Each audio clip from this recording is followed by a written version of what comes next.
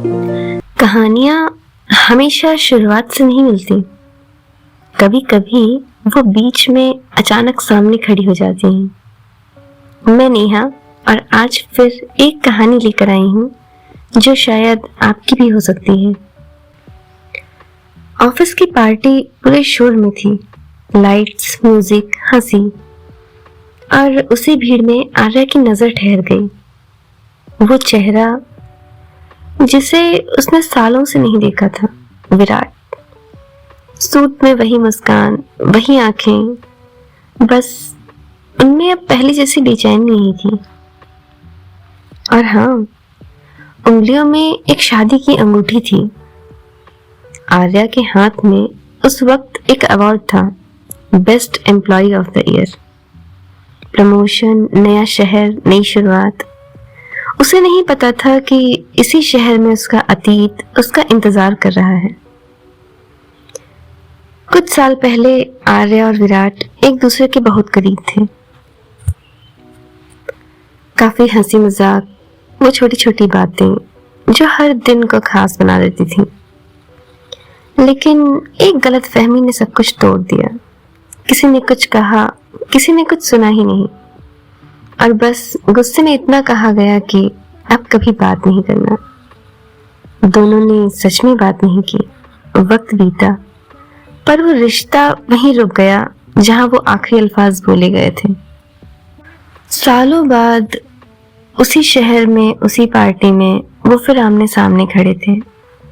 विराट मुस्कुराया, कांग्रेचुलेशंस आर्या, सुना तुम्हें प्रमोशन मिला है।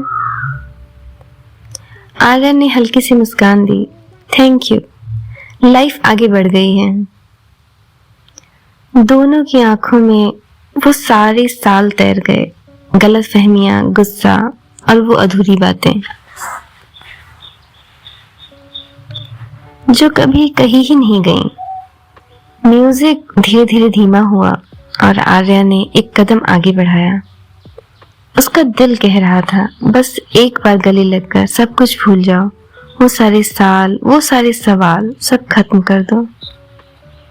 वो बढ़ी, मुस्कुराई, पर तभी किसी ने पीछे से उसका हाथ थाम लिया। वो मुड़ी और सामने एक औरत थी जो कि विराट की पत्नी थी। वो वही थी जिसके बारे में आर्या ने सुना तो था, पर कभी सामने से देखा नहीं था। वो औरत मुस्कुराई, मैंने आर्या के बारे में विराट से काफी कुछ सुना है, तुम आर्या हो ना? वो पल कुछ सेकंड का था, पर आर्या के लिए जैसे पूरा अतीत सामने खड़ा हो गया हो। आर्या ने मुस्कुराने की हल्की सी कोशिश की, लेकिन आंखों में नमी आ गई। उसने धीरे से कहा, नाइस टू मीट यू, और भीड़ में खो गई। बाहर निकलते हुए उसने ठंडी हवा में गहरी सांस ली। शायद कुछ कहानियां दोबारा नहीं लिखी जाती, बस वहीं से आगे बढ़ जाती हैं जहां वो खत्म हो चुकी होती हैं। उसने रियर व्यू मिरर में खुद को देखा और हल्की सी मुस्कान दी और खुद से कहा, मैं स्ट्रांग हूं, मैं रो नहीं सकती, और अब ये कहानी मेरी है।